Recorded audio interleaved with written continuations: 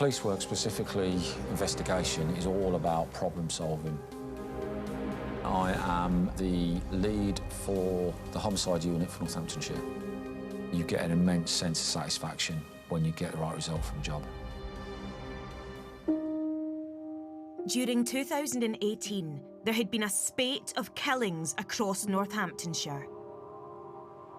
In the October, DCI White was working on the major incident team. He received a call about an event in the Upton area of Northampton. It was around about 9:45 at night. I was getting into bed, and the phone rang. The detective sergeant who was on the night crime car at that time was on the other end of the line. She basically said that we've had a shooting and we've got a person deceased in the middle of the road, shot in the chest. Can you come back to duty?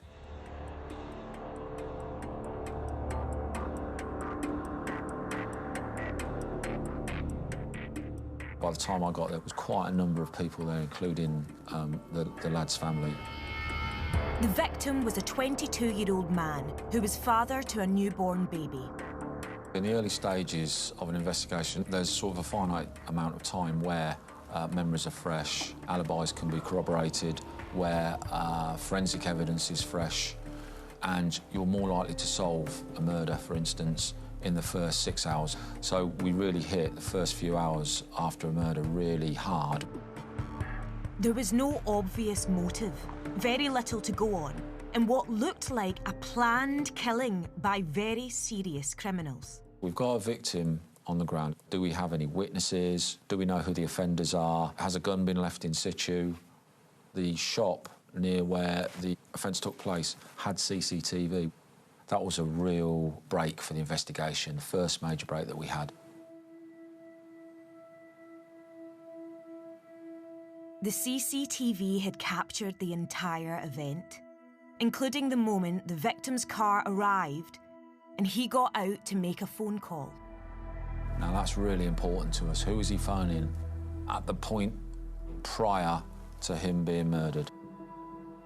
He goes off out of the shot of the CCTV, then reappears a couple of minutes later at the point where the second car arrives. Our victim gets into the rear of the offender's vehicle. It appears it knows them. It appears there's no issue. And he sits there for around about 2 minutes, and then he gets out, and both the driver and the passenger get out as well. And very quickly an altercation takes place. The victim was being pursued by the driver of the second car. But a passenger from the Golf he had arrived in also jumped out. Some flashes from some gunshots. Bullets were discharged.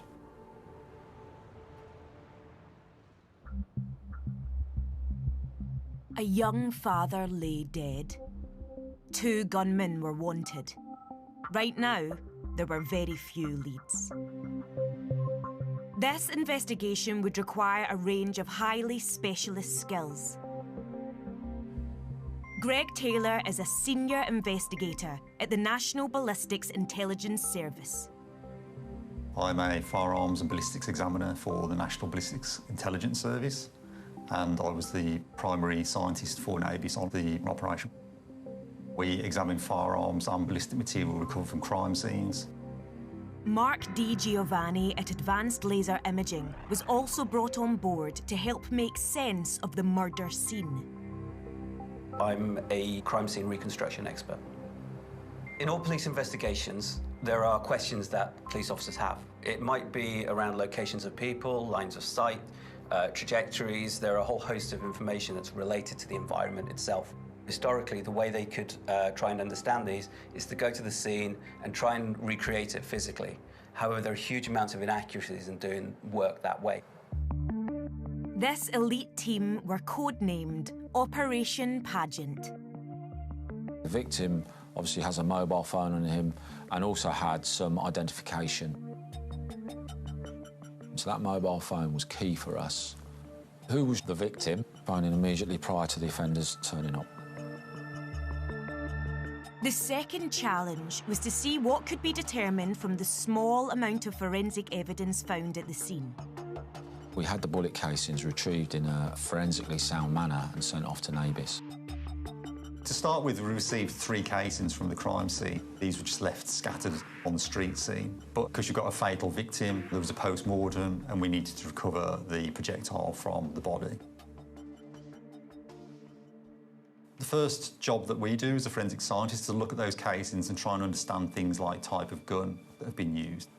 For an event where you've got 3 casings, you might have 1 gun, you might have 3 guns. When a firearm discharges and it leaves ballistic material, the markings that are on there are unique to the gun, like a fingerprint. With the cartridge casings that have been recovered, we were able to infer that they were likely from a Glock pistol. When the projectile came in to us, we were able to infer that that was from a .38 caliber revolver. There were 2 guns that had been used.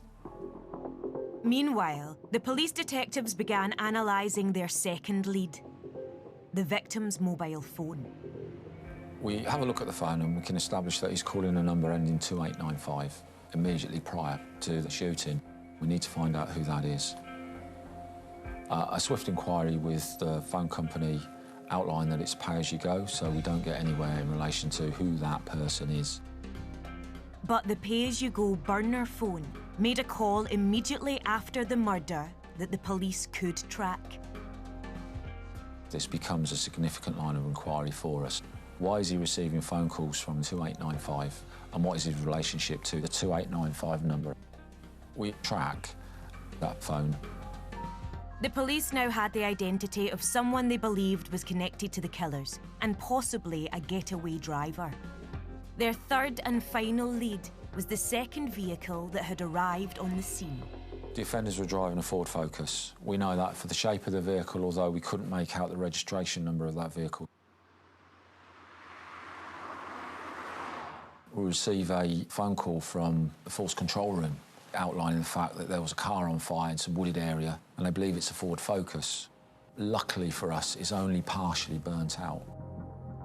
That fire could have destroyed valuable forensics, linking the Ford Focus to the murder. So DCI White decided to also explore a new theory.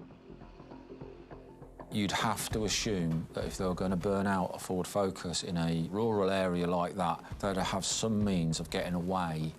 The suggestion was that 2895 number called the third suspect and his vehicle were part of that sort of escape mechanism, so we really needed to find him.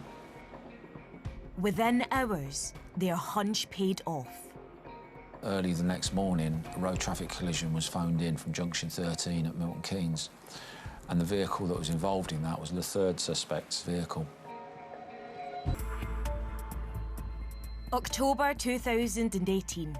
Operation Pageant was established to solve the ambush and murder of a young man in Northampton by a gang of 3 criminals.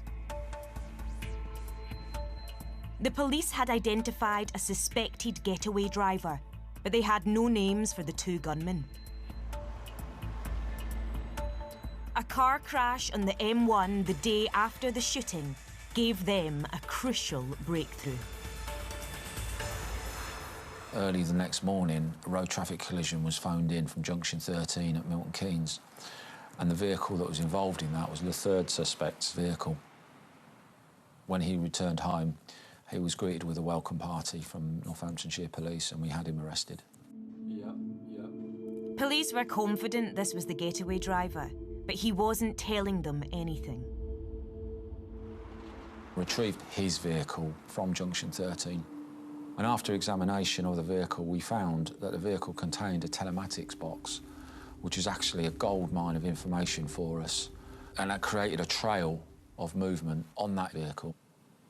The telematics identified that that vehicle had been on the same farmer's track as the Focus, where the Focus was burnt out.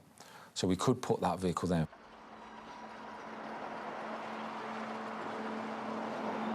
From there, that vehicle then travelled down to London.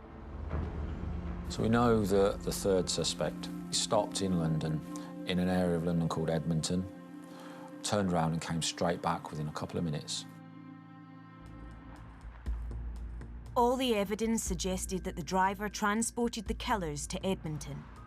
While units hunted the two shooters hiding in London, the investigation battled to piece together the evidence from the scene.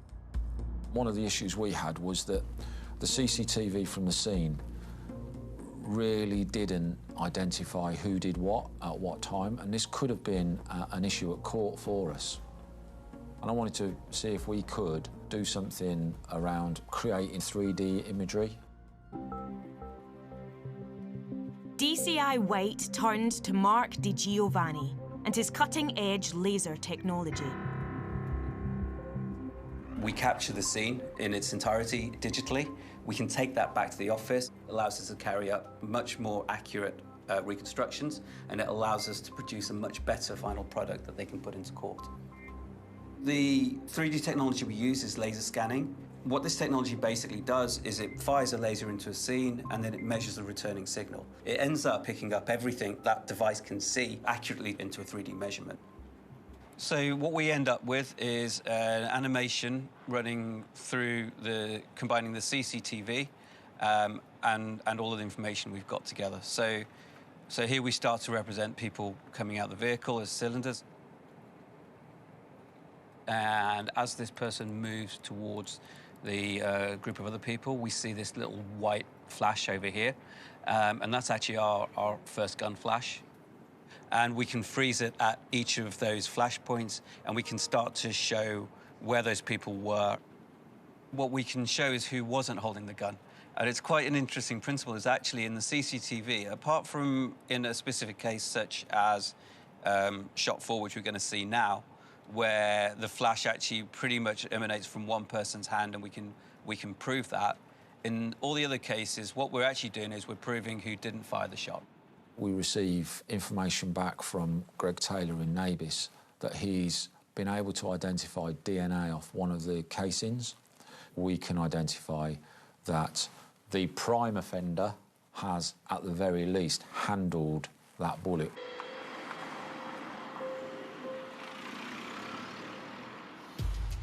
"14 days after the murder, the police now had two suspects. But the two gunmen were believed to be hiding somewhere in London until they received a critical tip-off.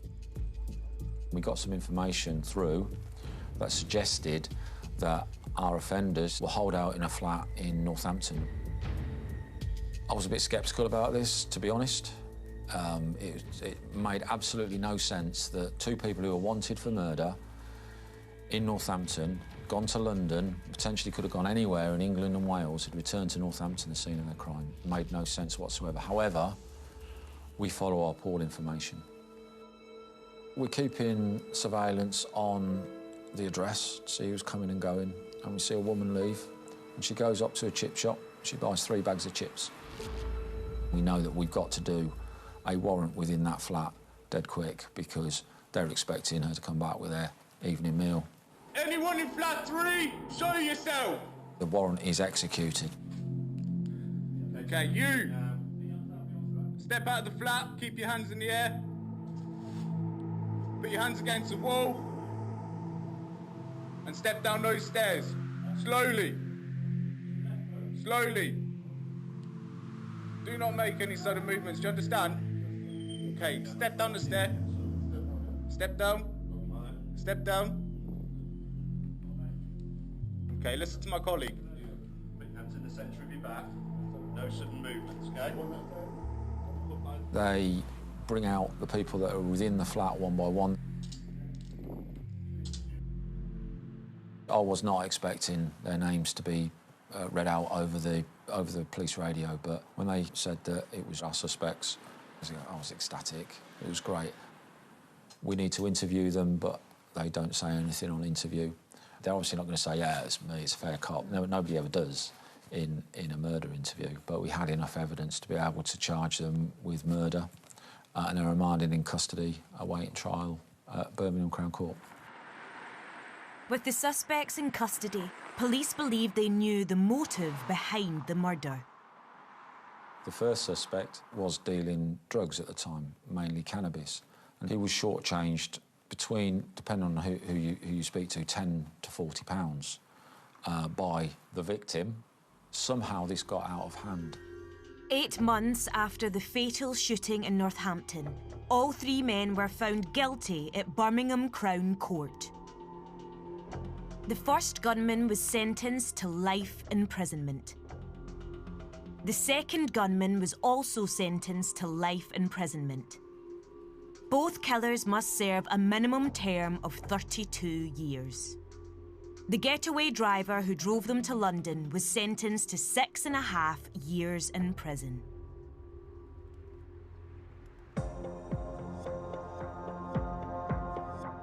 Distraction burglars are criminals who trick their way into your home by pretending to be a tradesman or an emergency worker or an official. It's a rare crime that forms less than 5% of all burglaries, but the trauma can have a catastrophic effect on the victims. And the criminals' favoured victims are the vulnerable or the elderly.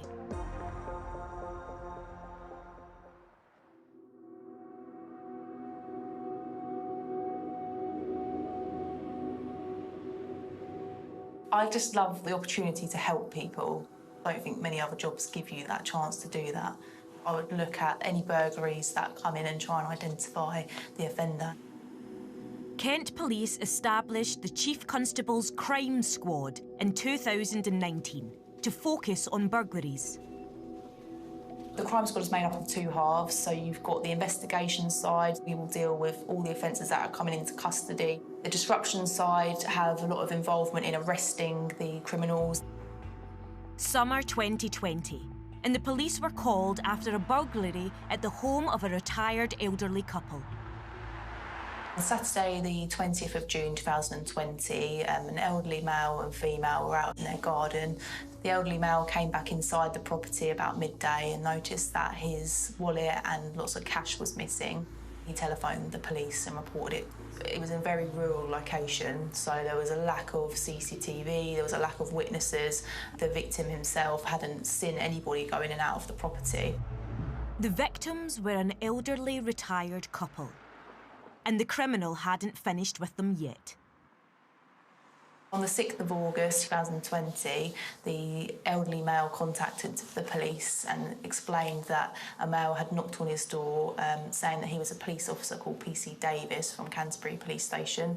He referred to the earlier incident that the victim had reported and stated that he needed to come and identify some seized items at Canterbury Police Station the following day. However, when the elderly male had explained this to his wife, she became suspicious and advised him to contact the police. As well as the loss of money and items, the invasion of a home by burglars is often highly disturbing for the victims. The fact this burglar impersonated a police officer suggested he would stop at nothing to get what he wanted. The crime squad dedicated 2 crack officers to the case: PC Adele Tyler and PC Mike Eels. Mike is a very determined individual. He won't leave any stone unturned. I'm currently a disruption PC on the Chief Constable's Crime Squad. It's a job that's varied, it's a different job every day. Obviously, it's nice to make a difference to people. Operation Canyon was up and running. We as police officers are here to protect members of the public. He took advantage of that and tried to manipulate the victim. To be honest, I was completely disgusted with that. If he's going around posing as one of us, of course people are going to trust him. And the effect that that has, they'll now doubt everybody. He basically just knew that there were elderly people living alone and he could take whatever he wanted. On the same day, police were contacted by another gentleman living in the village of Wingham, close to the scene of the first crimes. Police received a further report, approximately 5 minutes drive away from the first victim. He had returned home and had seen a male in his garden. The windows of his property were open and believed that the male had been inside. He confronted the male and the male then ran off. When the victim went back inside, he realised that his mobile phone was missing. This person is desperate. They will steal whatever they can. Operation Canyon was established by Kent Police in the summer of 2020 to respond to a serious burglar masquerading as an emergency officer and targeting the vulnerable and elderly in villages around Canterbury. A man was purporting to be a police officer. That's clearly completely outrageous. This man is actually a criminal. He's not from the council, he's not from the fire service. 2 houses had been targeted, but his crime spree continued to escalate, and soon police received calls from a 3rd victim, a 91-year-old suffering from dementia.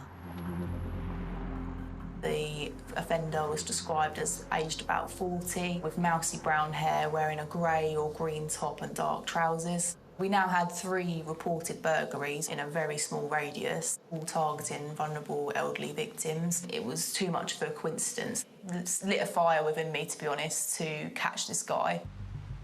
Operation Canyon urgently needed to identify the criminal.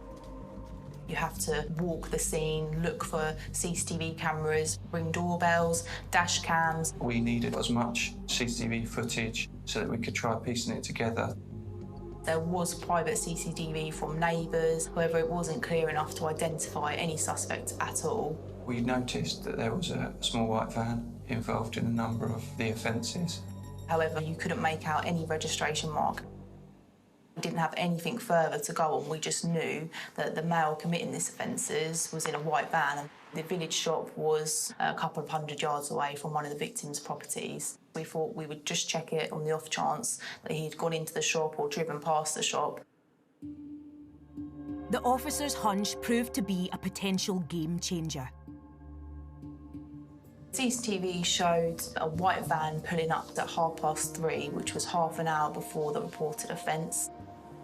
They returned again the same day at approximately 6:15, just a couple of hours later. The footage also suggested the burglar was not working alone. A second male then got out of the vehicle and entered the village shop first, and from that piece of footage we were able to get a good facial recognition of male 2. And then male 1 entered the store afterwards, and we managed to get a very clear image of the suspect. The first offender even took his sunglasses off, giving Operation Canyon a clear picture of him. Police at last had a visual ID on the burglar and his suspected driver, but still no names for the offenders. All we had was CCTV of 2 males getting out of a van at White Citron Bolingo. We could use our ANPR technology to get a registration for that vehicle. Automatic number plate recognition identified the van and owner, which showed us who the vehicle was registered to, which was suspect number 1. The CCTV didn't show them committing any of the offences. And yes, they were in the local area, but that wasn't enough. So really we need to build a full evidential picture so that when they are arrested, they go straight to prison. While one half of Operation Canyon gathered evidence against the suspects, PC Eels was sent out to keep an eye on their target and build a picture of their day-to-day movements. As the disruption team, we deployed into the areas where we thought the suspects would be in order to try and get more intelligence around that vehicle. If we could find it on the move, see who was in it without showing our hand and making them aware of the police interest in them. Exactly 3 weeks after the first burglary, the suspect struck again. The victim was an 81-year-old female. An elderly female was at home in Faversham. She was expecting somebody to come and fit some fire alarms. A white van pulled up outside the property and a male walked up and said that he was there to fit the fire alarms. The female let him into the property and began making a cup of tea. The male then said he needed to go and get something from the car and never returned. And it was then that they realised a quantity of jewellery had been stolen. Knowing that she probably won't ever get those items back, thought of that for the victim was extremely upsetting. There was no CCTV in the area. The witness sent us a picture of the vehicle that she Googled on the internet and felt that it was similar, and that matched exactly what we had already got from the shop. But the criminals weren't finished yet. 5 days later, they attacked again. This time with the burglar pretending to be a council employee. We received a report from an elderly female. This particular victim is severely disabled. She is unable to walk or get out of a chair, and she lives by herself. A male had walked through her patio doors and claimed to be from the council, started looking around her property and helping themselves to valuable items within. We identified a camera opposite the victim's address. From the previous knowledge, we knew that this was the same person. It's frustrating when we're finding more offences that are occurring, but the more times he commits offences, the more evidence we can build. We had to arrest him as soon as possible. Ideally, we wanted to catch him in this vehicle, as this is what linked him to so many of the crimes. 2 days later, Operation Canyon were ready to strike back. PC Eels took a team out with the aim to arrest the burglar and his partner in crime. I stayed behind and prepared what we needed for the investigation. It was really a one-shot thing. If we'd have gone to the address and they weren't there, we've shown our hand. It was important for us that one or both of the suspects were in this subject van. On that day, I was feeling a bit nervous if anything went wrong, but more excited to know that this guy was finally going to get what was coming to him. We conducted a recce of the home address and the van wasn't on the driveway, so we spread out around the likely routes, and after a few hours there was no sightings of the vehicle. He decided to revisit the target house and get as close as possible. I deployed on foot without any obvious police equipment. To his shock, both offenders had returned home without being seen. By a little bit of luck, I spotted the suspect getting into the van. This is the time where we need to strike. It's time to go. Before police could do anything, the two targets in their van were off. Both suspects were now in the vehicle. He took a rural route in towards Herne Bay. We believe he was aware of the police vehicles following him.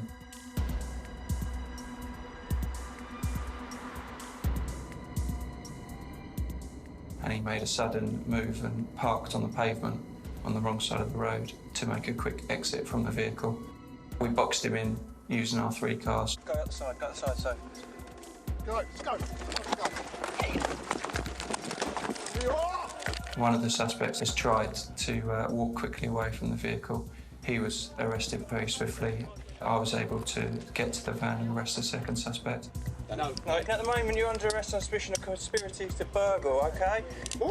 Been identified as part of a group of people carrying out burglaries. It's part of an investigation, Stephen. I think I jumped up in the air. I was so happy. You do not mention when questioned something which later on in court, and when you do say maybe giving an evidence. It took a bit of time, a lot of planning, but it worked well. It was a team effort. We had to work quickly to stop him from committing any further burglaries. All right, before you got in there, it's been searched. Oh, wait, mate, I've got handcuffs on. I'm not wearing a seatbelt. You are wearing a seatbelt. I'm medical exempt from wearing a seatbelt because I broke my back. Okay. I'm medical exempt. Okay. Check it now. Where's your exemption? At home. Right. At home. The main suspect was very difficult to deal with in custody. He refused to come out of the cell to have an interview. When we went into the cell, he became violent. He was extremely aggressive towards us, shouting and screaming. He threw a cup of water in my colleague's face and just refused to answer any questions. While the burglar fought in police custody, Operation Canyon were trawling through the mobile phones of both offenders. A very important line of inquiry was mobile phone data. We knew that all we had was a van and him. That is going to go into some sort of special property. It is indeed, and that was in his pocket, was it? His phone was in the passenger's hand. We wanted to make sure that we hadn't missed any offences, so examining the phone data showed him in the exact offence locations at certain points and also in the surrounding area at various other times. And when combined with the other suspect's phone being in the same location with the CCTV and the descriptions, just put the nail in the coffin, really. He was charged with 6 counts of burglary. Both offenders were guilty. The burglar was sentenced to over 6 years in prison, reflecting the fact he had targeted the victims of the burglaries. The victims were overjoyed. It was really nice to actually be able to tell them to know that they could sleep at night and not be worried about this man returning.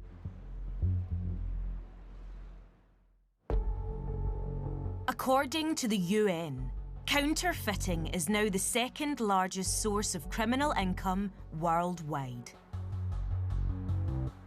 UK government stats show the annual loss to the economy through counterfeiting and piracy is over £9 billion. Counterfeiting is also believed to cause 80,500 job losses in the UK each year.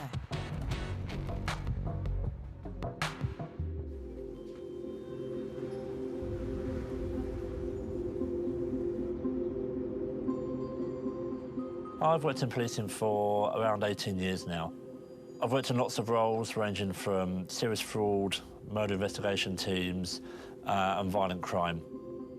Kevin Ives is the lead detective of the Intellectual Property Crime Unit within City of London Police. The unit has suspended more than 30,000 websites and dealt with over £100 million worth of counterfeit goods. Counterfeit goods are any goods which are sold bearing a false trademark or a false name. The criminals will counterfeit absolutely anything. This one, a baby carrier. I mean, what a thing to counterfeit. It doesn't need me to explain what would happen if a baby carrier failed because it wasn't manufactured properly or had a fault. These crime types are clustered around the country. In this case particularly, it was in the northwest of England.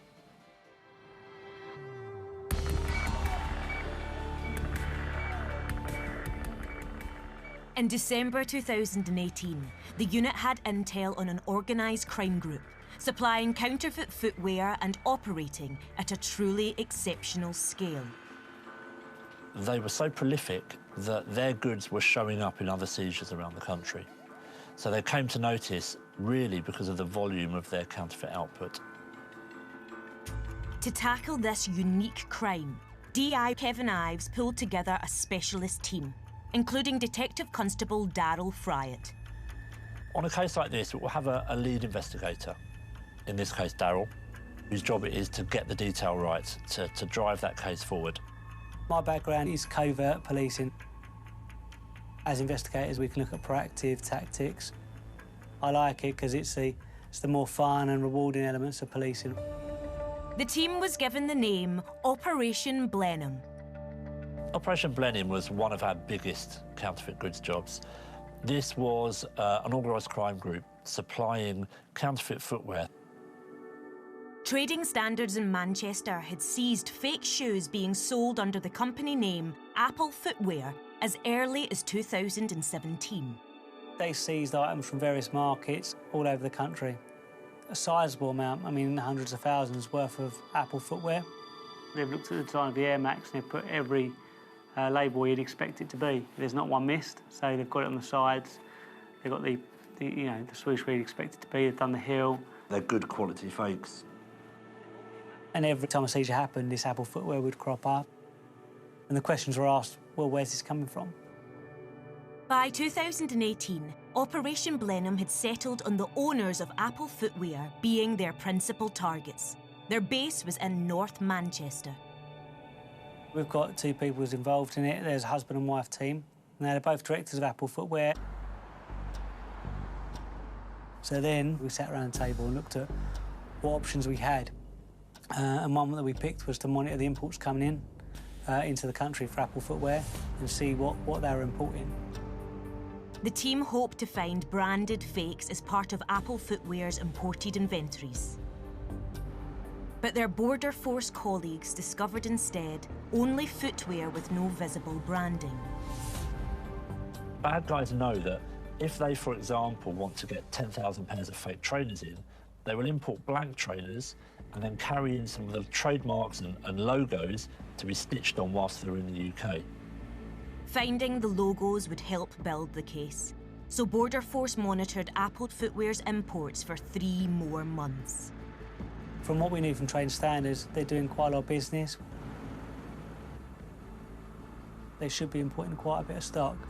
But very suddenly, things changed. Nothing came in. City of London Police established Operation Blenheim in 2018 to apprehend a husband and wife team suspected of selling counterfeit goods on an exceptional scale from their Manchester base. Sheer volume of goods and profit means that the people behind this are genuine organised crime groups who are feeding into criminal money launderers, and all of that money is going to nefarious causes. The police hope to catch the gang importing fake goods via their front company, Apple Footwear. But months of border force monitoring revealed nothing. Nothing came in, no labels came in, which was disappointing and surprising. From what we knew from trade standards, they're doing quite a lot of business, which means they should be importing quite a bit of stock. The business was still running, we checked that, everything was still running as you'd expect. We later found that on the day we started monitoring the importations, they changed their company name from Apple Footwear and Apple Apparel to TYSD Limited. That was changed on the day we started monitoring the importations, which was a shame, surprising. You know, maybe it was bad luck. It was just a very bad timing. Obviously, the main reason why we didn't find any labels or footwear coming to the country. So this is one of the big decisions we had to make is, what do we do now?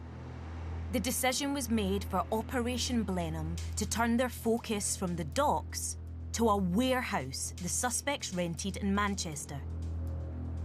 Then we changed tactic to looking at them. We used covert methods, and that's where we established that this warehouse was somewhere that they both spent quite a lot of time. Massive warehouse. The amount of time they spent there led us to believe that that's where most of their stock is kept, and that is potentially where all the labels and the counterfeits are kept. Despite weeks of further surveillance, very little stock seemed to be coming in. We'd had the monitoring on for a couple of months now and nothing had come through. And it's one of those decisions where you make your own luck, you make a decision which could go either way. The team still didn't have enough evidence to secure a conviction. Operation Blenheim faced a dilemma. That's when we started looking at enforcement action. The decision was to draw up warrants for the warehouse, home addresses and for the footwear store in Cheetham Hill. From the trained standards evidence, we had enough to put before a judge to say, look, we believe they're selling counterfeit goods. The raid might deliver the crucial evidence required, but if it failed, the criminals could go to ground. It was a make-or-break moment for the case. Police targets were the shop, the suspect's home and the warehouse. I took a team to the shop. Everyone's good. When we're here for, we've got a warrant search of premises. At the shop, we found our first piece of luck. We found a Luton van, which was parked up against the shop. That was full of labels. You okay? Yes. Yeah? You're a bit shaky. You can sit down if you want. Sit down. The husband was arrested, and thousands of branded labels ready to be sewn onto counterfeit shoes were seized. At the home address, £15,000 sterling was found and $4,000. I did feel pressure on. It was a relief when you realise that, you know, the evidence you got there is good. The bulk of the officers went to the warehouse. That's a big unit. Body cam on. At the warehouse, officers were immediately confronted by hundreds of boxes of shoes. Whoa. There was a huge amount of counterfeit goods. We recovered more goods than we were expecting to the point where we had to put something in place to literally seize the warehouse and lock it down because we couldn't transport that amount of goods.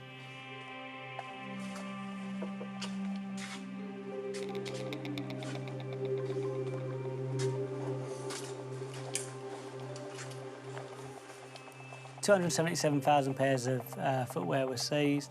That came to a retail loss of £1.3 million if you're paying the recommended retail price. The police had all the evidence they needed, but they didn't have the wife until they tracked her down to a local gym. What language do you speak? Mandarin or Cantonese? It's Mandarin? OK. When we get to the police station, we'll have an interpreter there. Excuse me. Do you have a PIN or passcode for your phone? Brilliant. The main evidence did come from the phone. a lot of images of counterfeit goods, a lot of evidence of selling counterfeit goods. Various videos of like a kind of self-teach on how to apply labels to each piece of footwear. We found evidence of a factory in China where the Apple footwear were being made and boxed up on a production line. The husband and wife were charged with infringing trademark and money laundering. I didn't think they actually received the gravity of the situation they was in. I think that only dawned on them when they were charged and we remanded them in custody. At court, the husband was sentenced to 2 years in prison, while his wife received a suspended sentence. All of their assets were seized and their criminal operation had been broken. The thousands of fake trainers the fraudsters were selling were sent to a secret location and destroyed. It was a great result, and I think it showed the industry what we can all do if we work together. I know it sounds a bit cliche, but if everyone does their job and provides information, we can all work together and actually get a good result. I was really, really pleased with the result. I think that this was potentially one of the biggest suppliers of counterfeit footwear in the UK. And as a team, we'd taken down that business, we'd taken down that criminal enterprise, taken it apart, stripped the assets, and locked up the bad guys.